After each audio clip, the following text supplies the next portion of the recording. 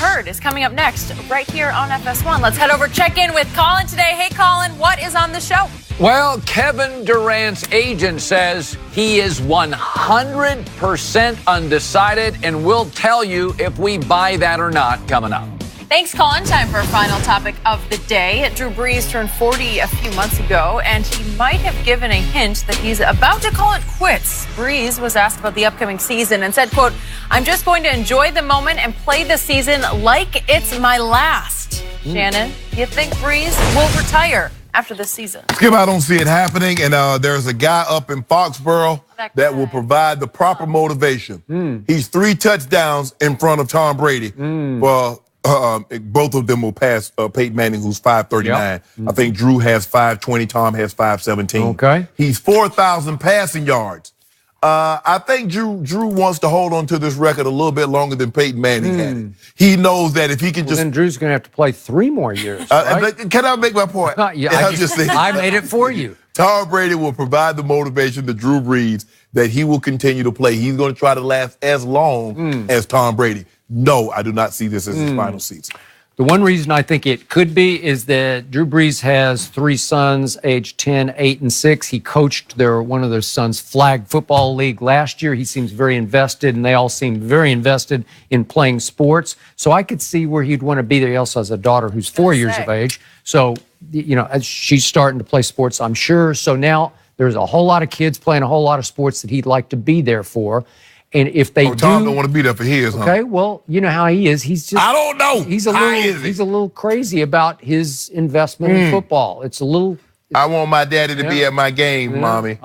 Maybe. I'm just saying, not what I was saying. So if the Saints right the wrong of last year's NFC Championship game and they break through and win the Super Bowl, could I see Drew Brees saying, "Okay, that's enough"? No. Yes. Hold on, Drew. Yeah. Somebody's coming. Somebody's going to play until he's 45. That is it for us. We'll be back tomorrow morning at 9:30 Eastern. Right now, Colin tells you why it doesn't matter how good Giannis or Kawhi are. The Herd starts right now. Undisputed. Oh, we are loaded today, and this is The Herd. Wherever you may be and however you may be listening, we are live in Los Angeles on iHeartRadio, Fox Sports Radio, and FS1. Joy Taylor is joining me. Packed, actually, today. A lot of football stuff today. A lot of NFL news. Breaking stuff is happening all over the league. Peyton Manning involved in some of it. Joy, how are you? I'm great. Good morning. Good morning, everybody. All teams in sports, they want you to believe their team is different. Our team is guttier. Our team is smarter. We got better players. Everybody's trying to tell me and remind me and convince me their team is different. And I'm watching Toronto and Milwaukee, and they're the same team. One's in Canada. One's over in Milwaukee. They're the same team. Both have one star, Giannis in Milwaukee, and Kawhi Leonard in Toronto, and they bring it every night. That doesn't mean they don't have off nights where their shooting percentage doesn't dip or they miss a free throw or two. And then every night, whichever star, Kawhi with the Raptors or Giannis with Milwaukee, can get a second guy to play a little over his head, that team wins.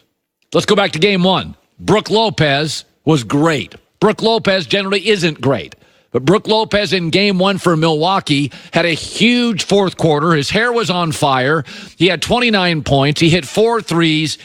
Oh, and Milwaukee won because Giannis got a second guy to play over his head.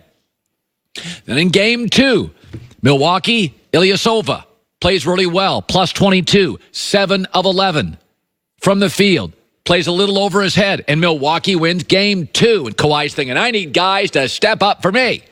Then we go to game 3 in Canada. Oh, what do you know? Pascal Siakam, 25 points, plus 12, big night. Hit some key baskets in the second half. Kawhi gets a guy to play a great playoff game, and he wins. And then last night, what do you know? Kyle Lowry, wildly inconsistent in the playoffs, is 25 points, 10 for 10 at the free throw line, 6 for 11 field goals, and Kawhi gets the guy to play over his head in the playoffs, and now the series is tied at 2-2. See, that's the difference. Golden State knows what they get every night from a bunch of guys. Steph gives you 30 now, And Clay's going to give you 20 now. And Draymond Green's going to give you incredible energy and probably give you a 15, 9, and 8 every night.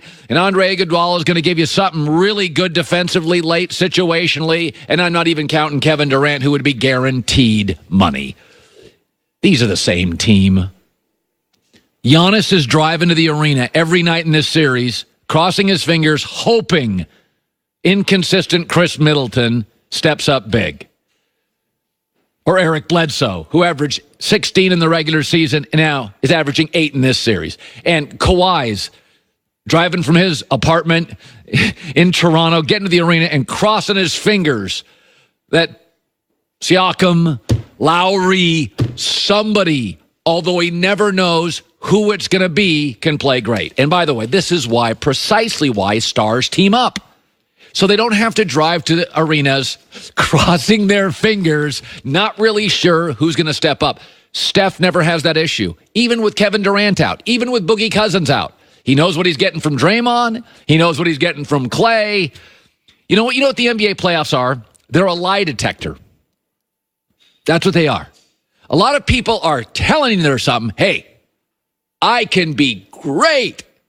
But are you just great for a game like Brook Lopez, or can you be great for a series like Kawhi? Lie detector goes off. Are you really in shape, or are you in playoff shape, James Harden? You tell me you're clutch. Yeah, maybe Tuesday night in Sacramento. But are you clutch at the free throw line? Are you clutch in crisis deep into a playoff game? Who's really a star and just has a night like a star? These are a big lie detector test, and Toronto and Milwaukee fans are trying to convince you they're special and they're different, and it's the same team. Outside of Kawhi and Giannis, you're just crossing your fingers, and it's a different number 2 every night.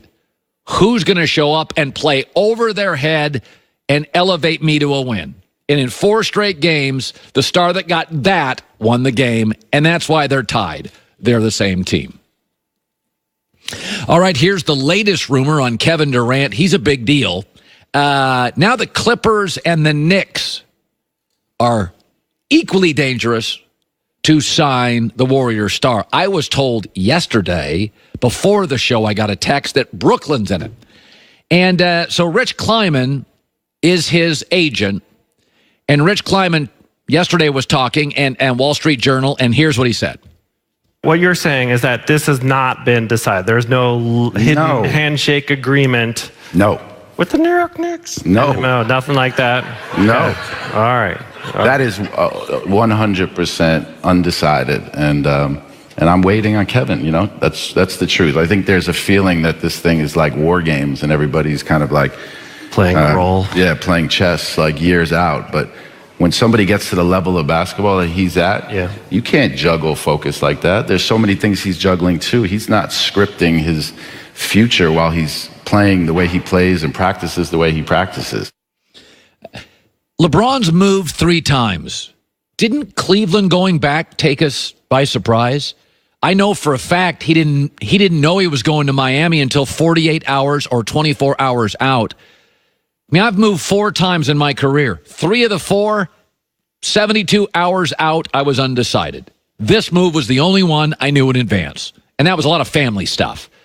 But I keep hearing that he's locked in on this team and locked in on that team. So let's line up the places where I'm told he really likes. And you tell me, would you have a little indecision? Let's talk about the New York Knicks. Remember, 100%. And I've been told it's 100%. By a current player and a former player. Okay, the owner's bad with the Knicks. The roster's weak. The recent history is awful. And oh, by the way, he could make more money in Golden State than the Knicks. You don't think